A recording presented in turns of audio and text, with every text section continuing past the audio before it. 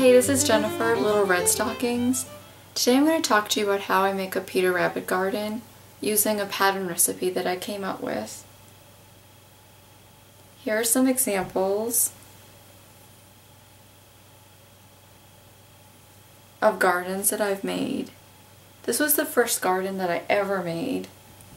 Hope you can see that. And there were things that I liked and didn't like about this garden.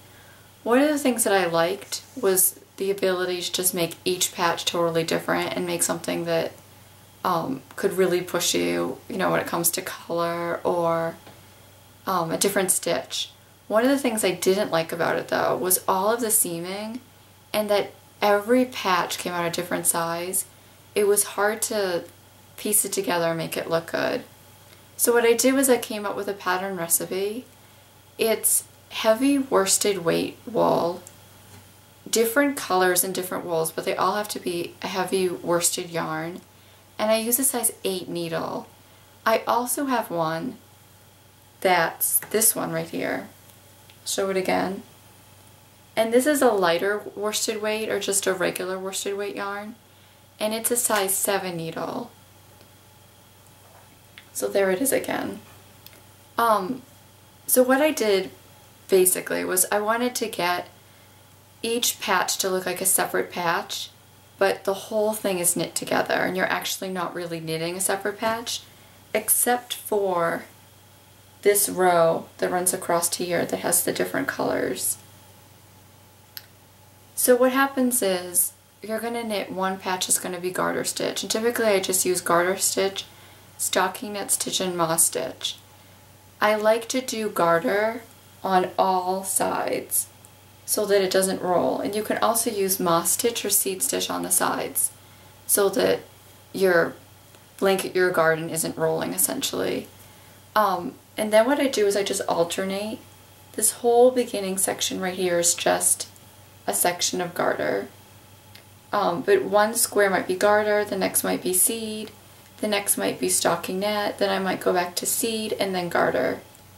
And I just choose, so each section is only about 2 inches or 1.5 inches, but I put stitch markers every 10 or 11 stitches, and within those stitch markers I choose a different pattern. One of the things that I've learned about color is that you can use lots of different yarns, that the colors don't even have to really match, although it's better to have the same colors sort of run throughout for continuity. So this green comes up again with this green, and actually right here there are stripes using this green and using some of these beautiful pinks and roses again. I also like to end with the same color, or finish with the same color that I ended with, because I think that really just ties the whole thing together.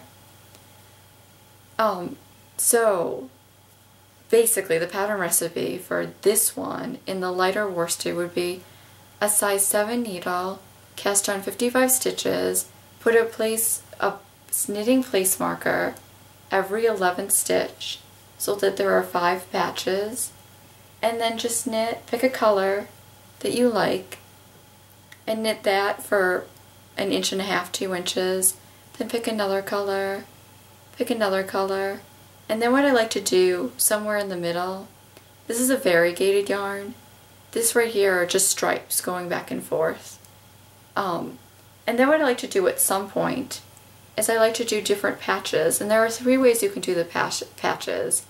You can do an intarsia method. You can just make the patches separately and just make sure that they're the same length, and you can sew them together at the end. Or you can do it where you knit across and then you actually pick up a stitch and knit it.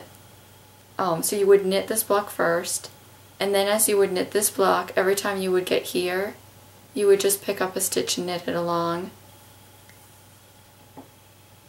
Alright, so then the next one that I have, which is the heavier worsted, It's 50 stitches, place a stitch marker every 10 stitch. And again, I used a heavy worsted weight yarn with a number 8 needle. I try to use needles that match up with the yarn. And one of the reasons why is just so that typically children will play with this. It's a play mat, you know.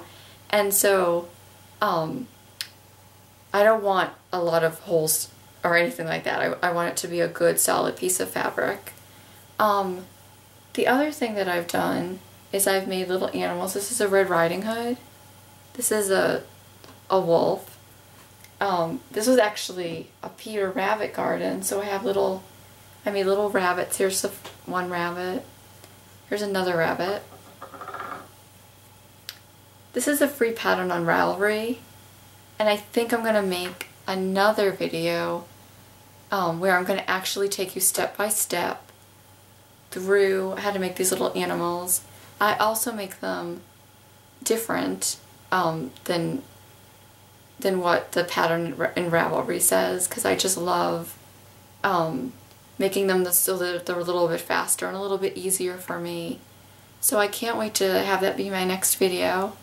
If you liked this video, if you like my pattern recipe, if you enjoy making your own garden, please like my YouTube video, and please go on my website, which is littleredstockings.com.